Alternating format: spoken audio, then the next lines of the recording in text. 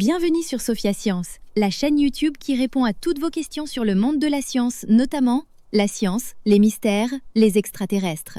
Le contenu de la vidéo d'aujourd'hui est: Son bébé pèse un tiers de son corps, comment est-ce possible? Imaginez un instant, une mère qui porte un bébé pesant plus d'un tiers de son propre poids. Pas un ventre rond et visible, pas de place pour respirer, pas de possibilité de manger correctement. Et pourtant, elle tient bon. Cette histoire incroyable ne se passe pas chez l'humain, elle se déroule en Australie, chez un lézard très particulier, le lézard d'Erado, aussi appelé Egernia major. Une grossesse hors norme. Ce lézard est le plus grand membre de la famille des sinques à pattes courtes. Il peut mesurer près de 40 cm. Un animal solide, trapu, couvert d'écailles épaisses. Mais ce qui le rend vraiment exceptionnel, c'est sa grossesse. La femelle ne donne naissance qu'à un seul petit. Un seul. Et ce petit représente en moyenne 35% du poids de sa mère.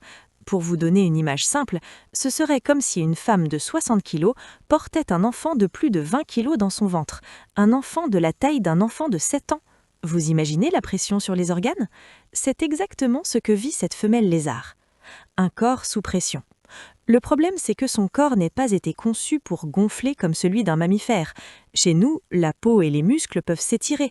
Chez elle, les écailles dures couvrent presque tout le corps. Elles sont rigides, peu extensibles. Résultat, le ventre ne peut presque pas se dilater. Le fœtus grandit donc vers l'intérieur. Les radiographies ont montré quelque chose d'impressionnant. Les poumons de la femelle sont comprimés, parfois presque aplatis. Imaginez un ballon qu'on écrase sous un livre lourd. L'air circule, mais difficilement. Elle ne peut plus respirer profondément. Elle bouge lentement, elle reste immobile pendant de longues périodes. À la fin de la gestation, elle ne peut pratiquement plus s'alimenter.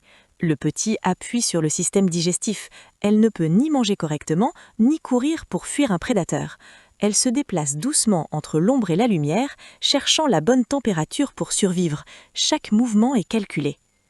Pourquoi prendre un tel risque? La chercheuse Suzy Munns de l'université James Cook étudie ce phénomène fascinant. Elle explique que dans le monde animal, il existe plusieurs stratégies pour se reproduire. Certains animaux pondent des dizaines, voire des centaines d'œufs. Beaucoup ne survivront pas. C'est une stratégie du nombre. On mise sur la quantité. Mais le lézard d'Erado adopte une approche totalement différente. Il mise tout sur un seul petit. C'est un peu comme investir toutes ses économies dans un seul projet, mais s'assurer qu'il soit solide, robuste, prêt à affronter le monde. Le bébé naît déjà grand, fort et relativement indépendant. Ses chances de survie sont bien plus élevées que celles d'un minuscule nouveau-né fragile. Une stratégie extrême, mais efficace. On pourrait croire que cette grossesse est une erreur de la nature, mais en réalité, c'est un choix évolutif. Dans son environnement australien, rude et plein de prédateurs, mieux vaut parfois donner naissance à un seul jeune, mais déjà capable de se défendre. C'est une stratégie du tout ou rien, un pari immense, un sacrifice physique colossal.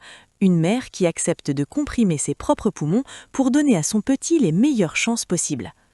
Quand on pense aux défis de la grossesse chez les mammifères, on les imagine déjà impressionnants. Mais chez ce lézard australien, la gestation atteint un niveau presque inimaginable.